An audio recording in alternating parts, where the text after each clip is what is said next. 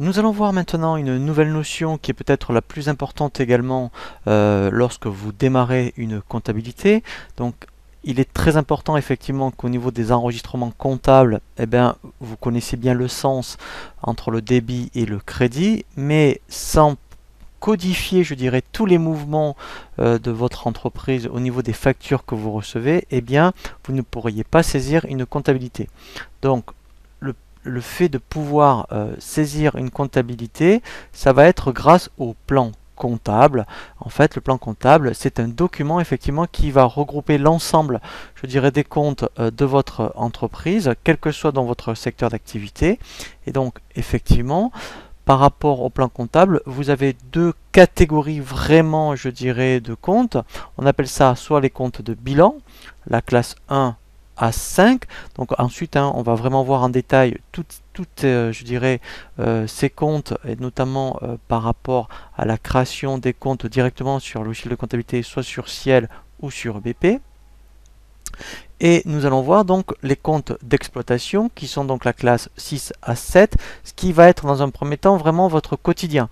Puisque votre objectif, vous allez voir que quand vous allez recevoir des factures fournisseurs ou émettre des factures clients, et bien effectivement, ça va être de bien savoir quels comptes de la classe 6 vous allez utiliser et les comptes de la classe 7 que vous allez utiliser pour vos produits.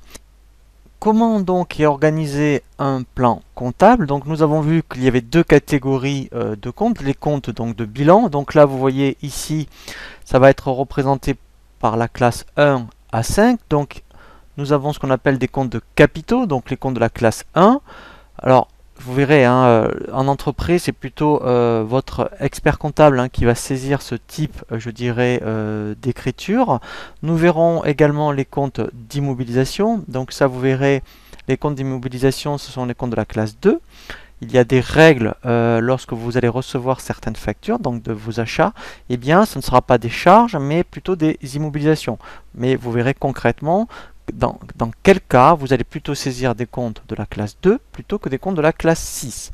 Ensuite, les comptes de stock, donc ça, eh bien, vous serez amené peut-être à saisir ce qu'on appelle, par rapport lorsque vous faites un inventaire, il va y avoir ce qu'on appelle des variations de stock. Eh bien, ce sont des comptes de la classe 3. Donc là, effectivement, c'est surtout quand on est dans une société de type de négoce ou industriel.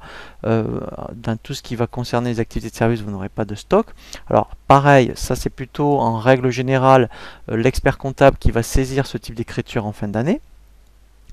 Nous verrons également les comptes de la classe 4. Donc ça c'est très important, ce qu'on appelle des comptes de tiers. Donc les comptes de tiers, ça va être soit les comptes clients, les comptes fournisseurs ou tout ce qui va concerner les comptes par rapport à l'État. Donc l'État, le compte de la classe 4, on a vu quand on a enregistré une facture, on a vu les comptes de TVA. Donc ça va forcément commencer par 4, mais tout ce qui est aussi organismes sociaux. Donc ça va aussi commencer par la classe 4, donc tout ce qui va concerner la sécurité sociale, la retraite, la prévoyance, les mutuelles, médecine du travail, tout ce qui va concerner après effectivement la formation, la construction, voilà, donc ce seront des comptes de la classe 4, donc là aussi on verra après effectivement comment les créer tout à l'heure, et ensuite aussi dans la prochaine formation, vous verrez les enregistrements comptables, et bien effectivement par rapport à tous les comptes de la classe 4. Les comptes de la classe 5, donc là effectivement, alors on a vu tout à l'heure dans les enregistrements comptables, eh bien quand on règle une facture, eh bien c'est des comptes financiers, donc ça sera des comptes de la classe 5, donc la banque par exemple, ça sera un compte 512.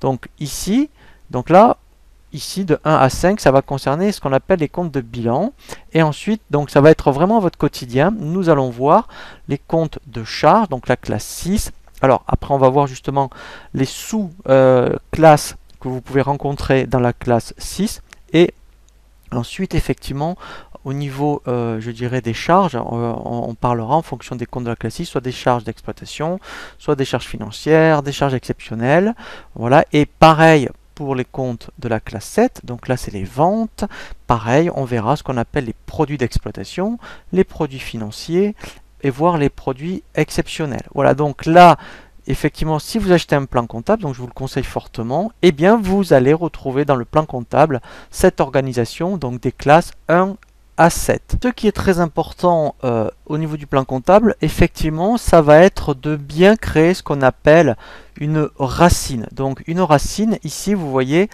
là si je prends un exemple, les comptes de la classe 6 par exemple, alors l'exemple que je vous prends ici est valable quelles que soient les classes. Vous aurez ce qu'on appelle dans un premier temps la classe. Il faut d'abord trouver dans quelle classe vous voulez enregistrer votre document.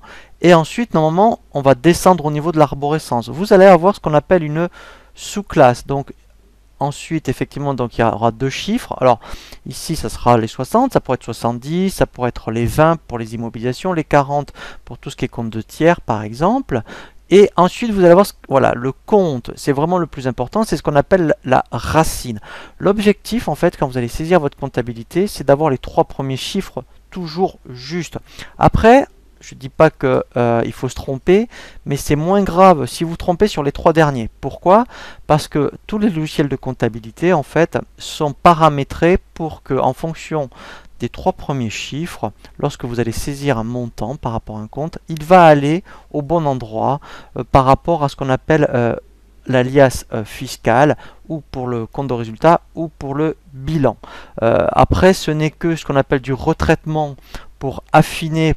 Par exemple, vous voyez si là, mettons, si j'avais mis 607 et que ça allait plutôt dans du 607-200, eh bien, l'objectif, c'est que au moins, lorsqu'on fait un compte de résultat, eh bien ça ira bien dans tout ce qui va être achat et charges d'exploitation. Et même au niveau de l'alias fiscal, après, ça sera juste. Voilà, donc c'est quand vous, au début, quand vous n'êtes pas familiarisé avec les comptes, alors après, vous allez voir, hein, il va y avoir des astuces en fonction du typologie de charge pour savoir est-ce que je le mets plutôt dans du 60, du 61 ou 62, on reviendra sur ces notions-là. Mais en tout cas, après, effectivement, l'objectif, c'est que la racine, les trois premiers chiffres. Nous allons voir donc dans un premier temps les différents comptes de charges que vous pouvez rencontrer et en fait effectivement ça va être vraiment je dirais votre quotidien par rapport dans un premier temps les comptes de la classe 6 et ensuite nous verrons les comptes de la classe 7. Donc au niveau des comptes de la classe 6 vous avez par rapport en fonction au niveau du typologie de charge, différentes catégories de charges. Vous avez, vous voyez, dans un premier temps, ce qu'on appelle les charges d'exploitation. Donc, ça va être tous les comptes de la classe 60 à 65. Alors après, nous allons voir toujours sur, là, en fait, sur les logiciels de comptabilité, soit sur Ciel ou sur BP, et bien, effectivement, comment créer tous les comptes de la classe 60 à 65 avec des exemples de factures où en fonction des factures que vous allez recevoir, eh bien, il va vous être indiqué quel compte de charge vous allez devoir créer par rapport à la classe 60 à 65. Donc, comme son nom l'indique, les charges d'exploitation, ce sont les charges courantes. Donc, ce sont toutes les factures que vous pouvez rencontrer régulièrement, je dirais, dans votre entreprise. Vous allez être aussi amené à sûrement avoir des charges de type financière. Donc les charges de type financière, ce sont des comptes de la classe 66. Donc là, vous verrez, nous verrons des exemples pour tout ce qui est par exemple par rapport aux agios. Par exemple, eh bien effectivement, c'est une charge financière. Donc ça sera un compte de la classe 66. Donc ensuite, alors là, c'est vrai que on rentre dans des choses un peu plus spécifiques. Alors, je vais vous en parler, mais comme là, c'est vraiment une module de formation sur les bases de la comptabilité, ce type, je dirais, de charge, je pense qu'après, ça peut être plutôt votre expert comptable qui va les saisir. En tout cas, dans un premier temps, quand vous aurez après plus de pratique sur le logiciel comptable, peut-être que vous serez amené à saisir des comptes de la classe 67 et 68. Alors, les comptes de la classe 67, ce sont donc des charges exceptionnelles. Donc, comme son nom l'indique, ce sont des charges que vous n'allez pas rencontrer régulièrement. Et après, on verra effectivement, quand on va voir concrètement sur un logiciel de comptabilité comment créer ces comptes, quel type, je dirais, de charges exceptionnelles vous pouvez rencontrer dans votre entreprise pour les créer au niveau du compte de la classe 67. Et enfin, par rapport au compte de la classe 6, nous terminerons par des comptes de la classe 68 où là, effectivement, c'est ce qu'on appelle des dotations, amortissements et provisions. Alors, en règle générale, là, sincèrement, c'est toujours l'expert comptable qui va vous passer ce type d'écriture.